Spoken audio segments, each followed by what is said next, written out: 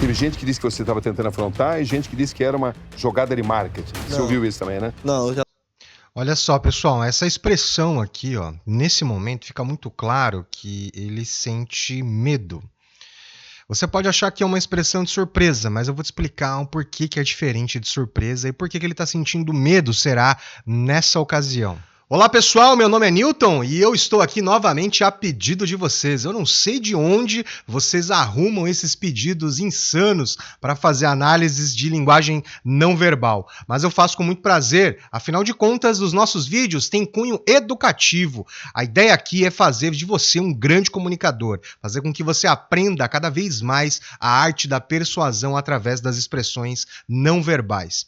Portanto, no vídeo de hoje nós analisaremos Oruan, cujo nome, na verdade, é Mauro, e ele é filho de um dos traficantes mais conhecidos do país, Marcinho VP, e ele se envolve em polêmicas a todo momento. Já foi preso por disparo de arma de fogo e também por dar um cavalinho de pau na frente de uma viatura da polícia. Foi inclusive acusado de ter feito isso de propósito, como jogada de marketing. Nessa entrevista para Roberto Cabrini, ele revela uma outra face do Oruan que o público desconhece. Então fique comigo nessa análise, porque você vai ter muita ideia, muita noção do que é a persuasão através do corpo. Vamos começar então a nossa análise aqui. Eu vou soltar as partes em que ele fala, basicamente para que nós possamos analisar e avaliar como que se comporta Oruan do ponto de vista da comunicação e você tire aí em casa as suas próprias conclusões.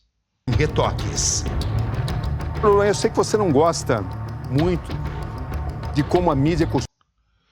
Ok, já que no começo dá para perceber um toque nervoso, né? Um autocontato. Eu costumo dizer que quando há muito autocontato, significa que a pessoa está desconfortável. Ele me aparenta aqui no momento estar um pouco tímido, um pouco inseguro, na verdade, né?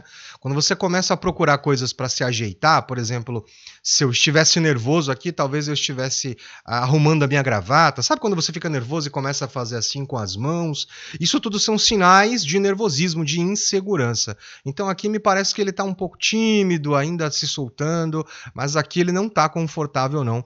Pode ser pelo fato da entrevista, enfim. O fato é que ele está tímido nesse momento aqui. Costuma te retratar, né? Por quê? Eu não gosto da mídia que a mídia fica falando, filho de traficante. Vamos lá, agora um ponto interessante aqui, ó. Eu vou voltar aqui um pouquinho, voltei demais, mas eu vou voltar aqui um pouquinho para que a gente entenda uma parte interessante aqui. Eu sei que você não gosta muito de como a mídia costuma te retratar, né? Por quê? Eu não gosto da mídia que a mídia fica falando. Ó, primeira coisa aqui é o sinal, assim, perceba que ele está franzindo a testa aqui no meio, um claro sinal de tensão, ele está muito tenso.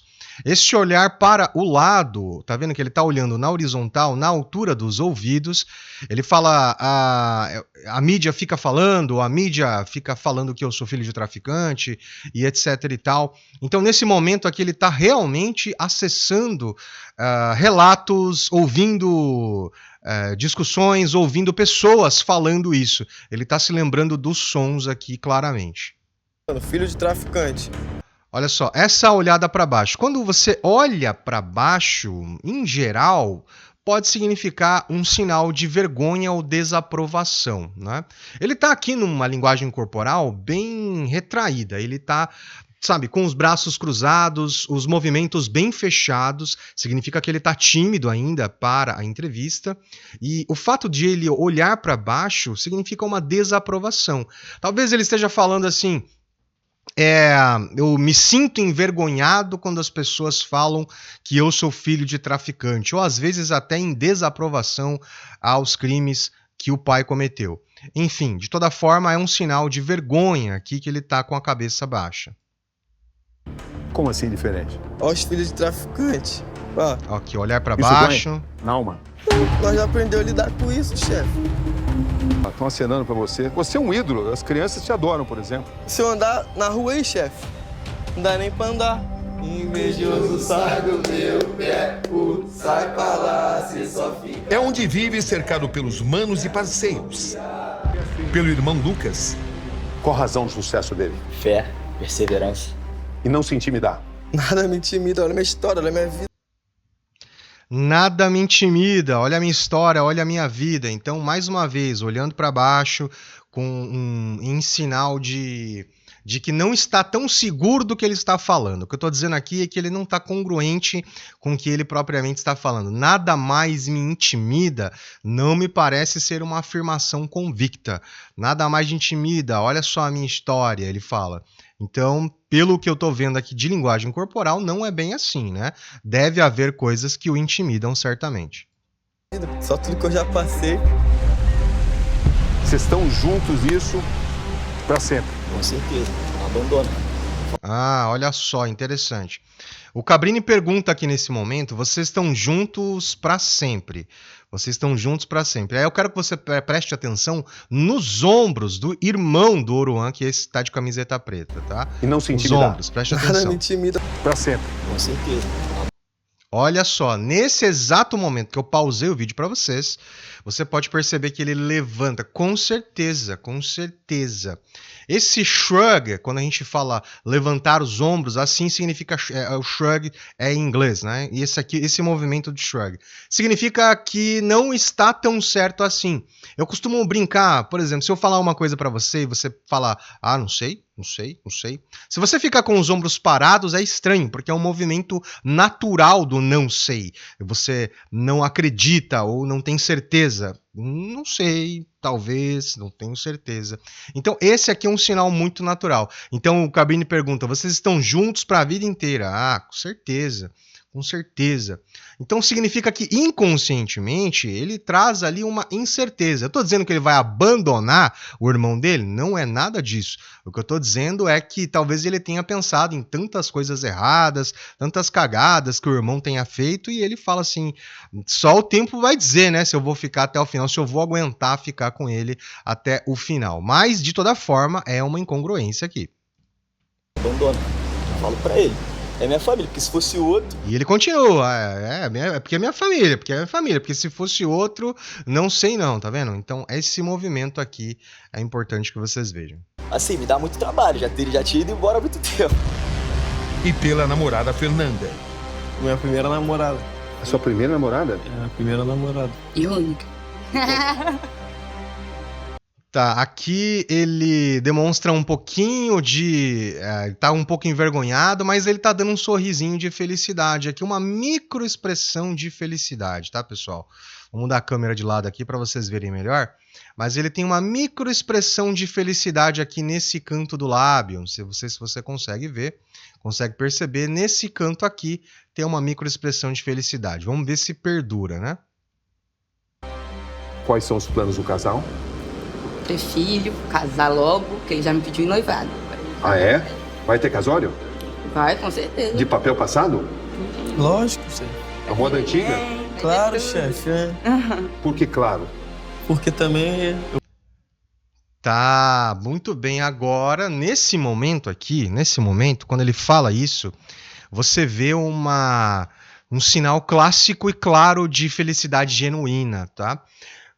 A felicidade é uma microexpressão dificílima de ser reproduzida artificialmente. Dificilmente alguém consegue fingir felicidade. Tanto é que atrizes e atores fazem um treinamento extensivo de expressão facial para poder demonstrar que estão felizes em cena, porque é muito complicado reproduzir artificialmente. Que sinal é esse? Não é só sorriso, o sorriso dos lábios. É os olhinhos menores, os olhinhos ficam pequenos. Essa parte aqui, ó, da lateral do olho, ela dá uma comprimida. Quem tem ruga, aparece as ruguinhas aqui. Sabe? É diferente quando você tá feliz de verdade. Você fala com os olhos, literalmente. E aqui você percebe uma clara expressão de felicidade quando ele fala de família. Eu peço pela minha família, chefe. Aí, pra minha família, chefe, né? Ele dá um sorrisão. Só se eles conseguirem me calar.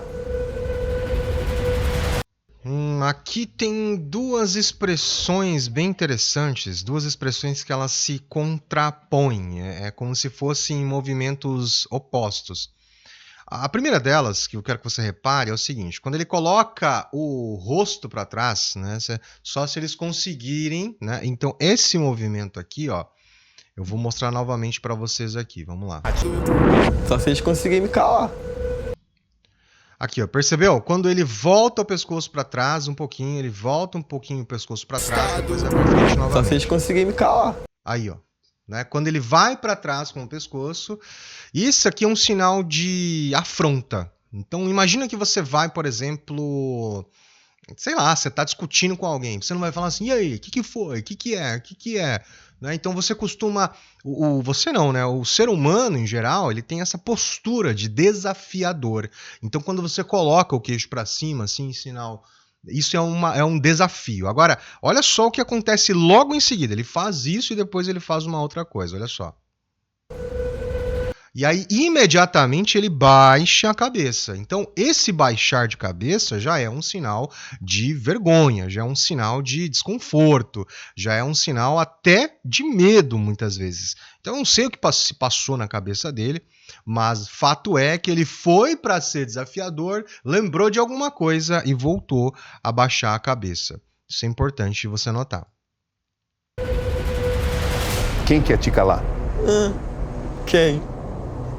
Essa ralé aí que estão criando. Sinal claro de desprezo aqui, desdém, tá? Então, quem quer te calar? O Cabrini perguntou e ele respondeu, essa ralé aí que tá criando, alguma coisa assim. Quem quer te calar? Quem? Sinal de desdém, olha só no rosto dele, ó. Essa ralé aí que estão...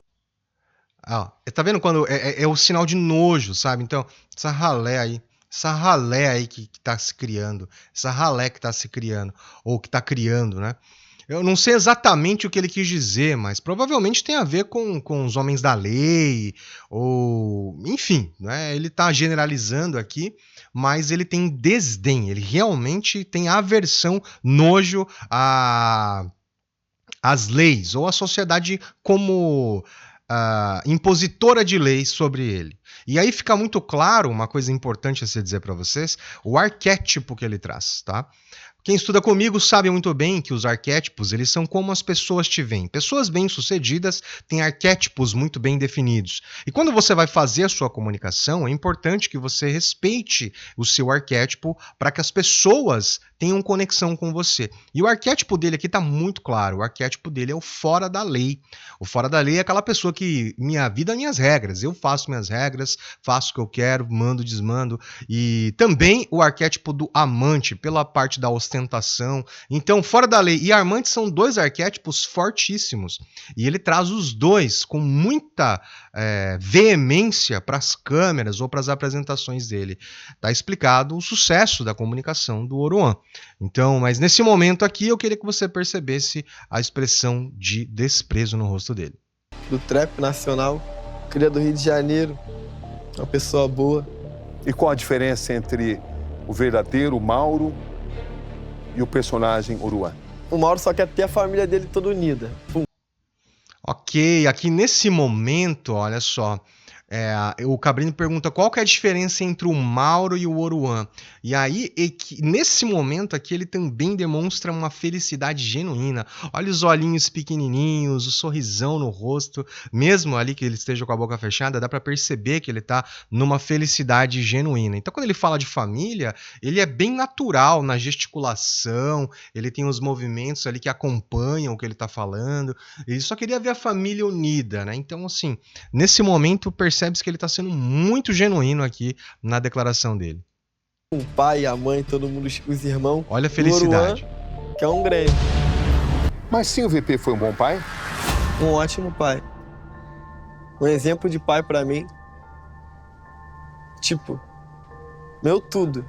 Ele tentou esconder a gente o tempo todo da favela, sabe?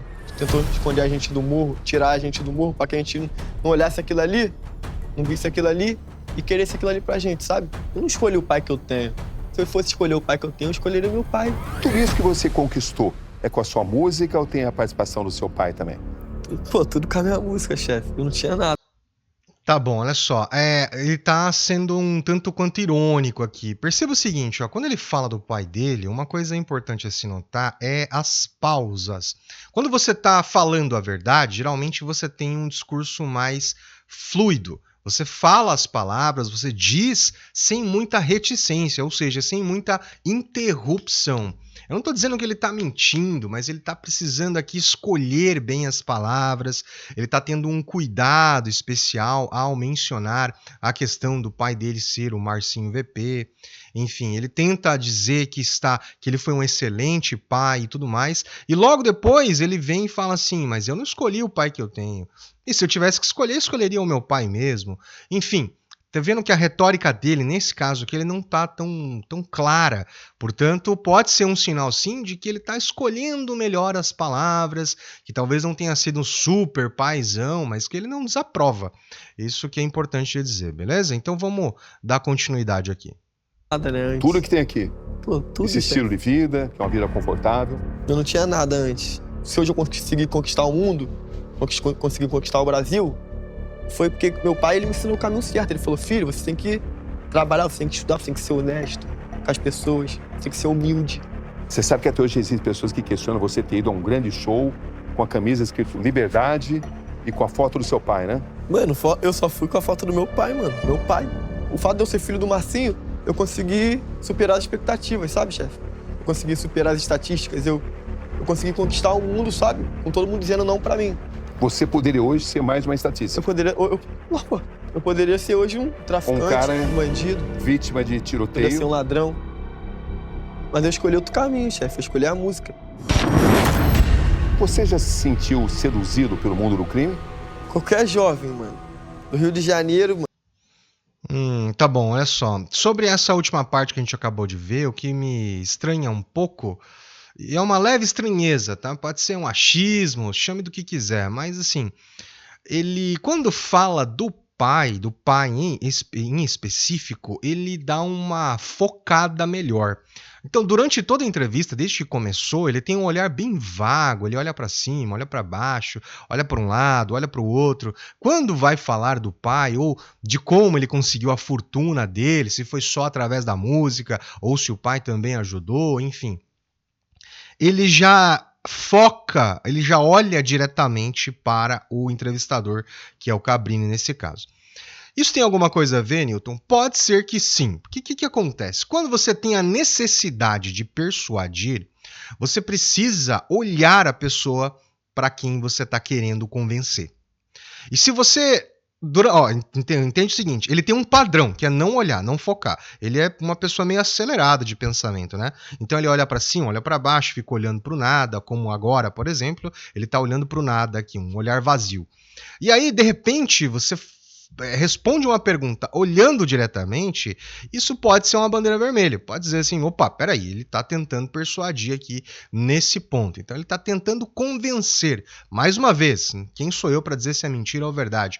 Mas o fato é que ele está tentando manipular a narrativa aqui nesse momento.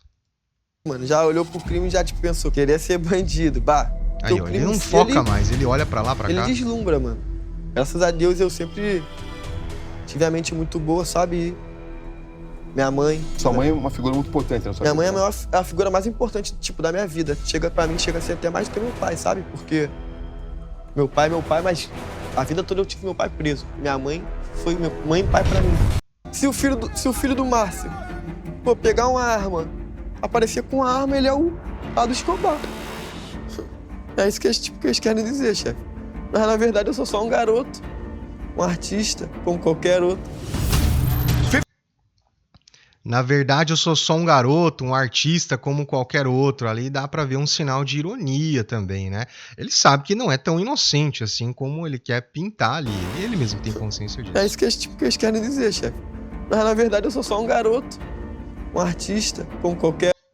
Ó, esse movimento da cabeça, ó, eu sou só um garoto, um artista como qualquer outro, é um sinal de negativo. Por isso que eu tô dizendo que ele tá sendo irônico aqui, não é pelo sorriso no rosto, nem nada disso. É porque o que ele tá falando não tá dizendo não tá condizente com a linguagem corporal dele. Então, eu sou só um garoto, eu não tenho nada de errado, enfim, eu só...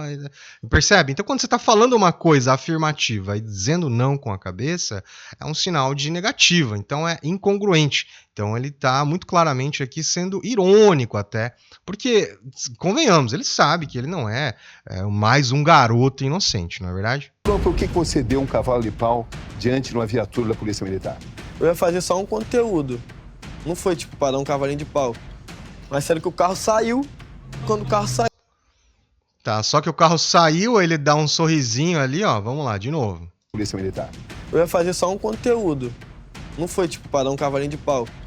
Mas sério que o carro saiu. Aí, percebeu? Ele deu um sorrisinho aqui no finalzinho, o carro diante de uma saiu. viatura da Polícia Militar. Eu ia fazer só um conteúdo. Não foi, tipo, para dar um cavalinho de pau. Mas sério que o carro saiu. Aqui, ó, nesse momento, ele dá um sorrisinho. Esse sorrisinho aqui, na verdade, não quer dizer exatamente que ele fez de propósito, mas assim, a explicação dele, nesse caso aqui, me parece muito que ele estava ciente do que estava acontecendo. Isso para mim tá claro aqui nessa parte da entrevista. Teve gente que disse que você estava tentando afrontar e gente que disse que era uma jogada de marketing. Você Não. ouviu isso também, né? Não, eu já... Vamos lá, vamos lá. Então agora o Cabrini ele fala assim, olha, muita gente falou que você estava tentando aprontar e outras pessoas falaram que era uma jogada de marketing. E aí essa levantada aqui nos olhos dele, e aí eu vou deixar para você deixar no comentário, é surpresa ou é medo?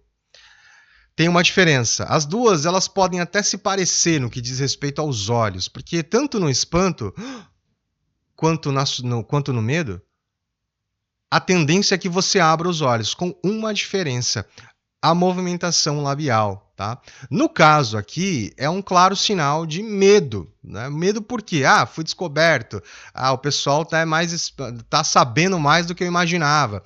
Algo nesse sentido, tipo, fui pego na mentira, alguma coisa assim.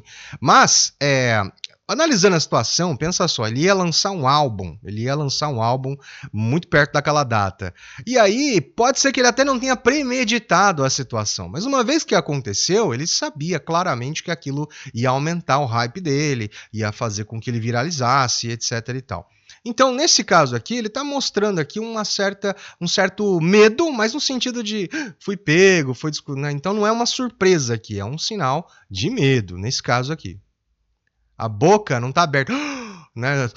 Surpresa você, né? Aqui não, aqui ele tá, não é assim, é medo, isso aqui é medo, tá? Eu tava com planos pra me lançar meu álbum. A polícia foi e levou nós pra delegacia, né? Disse que nessa que ele levou nós pra delegacia, saiu que eu tinha sido preso.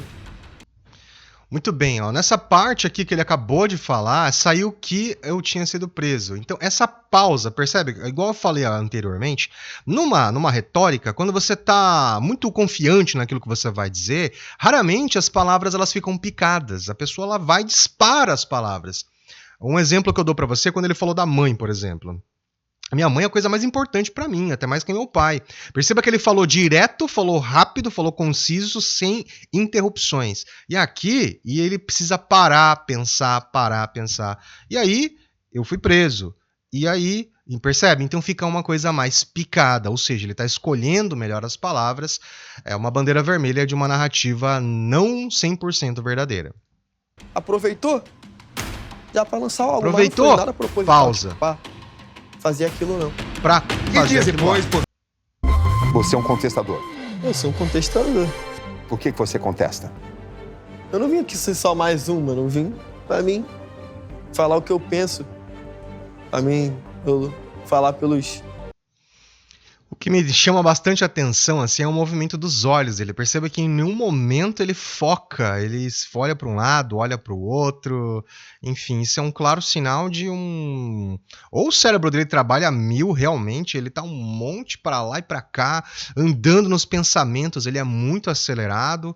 Ou, enfim, pode ser várias coisas, né? Efeito de álcool, às vezes, não sei como que ele estava aqui na ocasião da entrevista, mas enfim, ele é uma pessoa que é muito difícil de focar, é complexo de fazer uma leitura 100% dele, mas perceba que ele é uma pessoa muito transparente e emotiva, é que ele sente muitas coisas, mesmo medo, vergonha, surpresa, raiva, enfim, ele sente um monte de coisas e parece que uma depois da outra, ou seja, é certo afirmar que ele é uma pessoa extremamente impulsiva. Olha só, quando você tem essas nuances, essas alterações muito rápidas, significa que a pessoa, em geral, é muito impulsiva.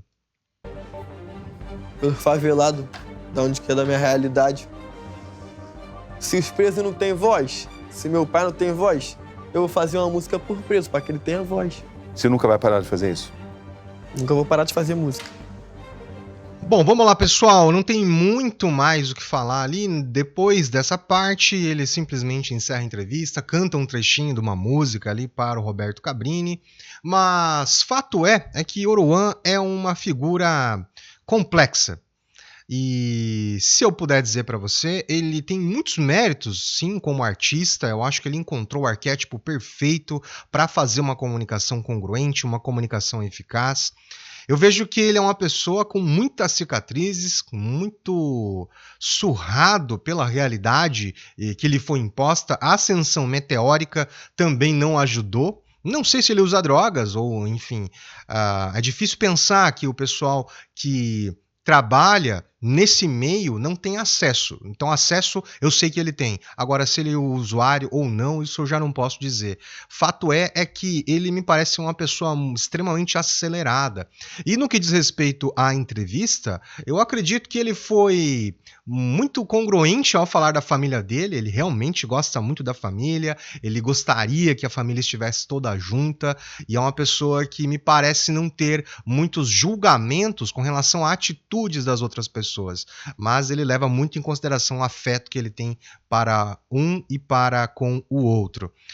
No mais, eu deixo para você fazer a sua análise. O que você acha da influência de Oruan na sociedade, principalmente com relação aos jovens? E ele faz apologia ao crime, não faz apologia ao crime? Fato é que essa entrevista mostrou que realmente há algumas diferenças entre o artista e a pessoa por trás do artista. Espero que você tenha gostado dessa análise. Se você gosta de análises de linguagem não verbal, não deixe de assistir a esse vídeo aqui, ó. Essa aqui é bem complexa e realmente você vai ficar surpreso com o que revela essa análise que eu vou deixar aqui no canto para vocês. Muito obrigado, acessem os cursos aqui embaixo. Meu nome é Newton, vejo vocês no próximo vídeo. Tchau!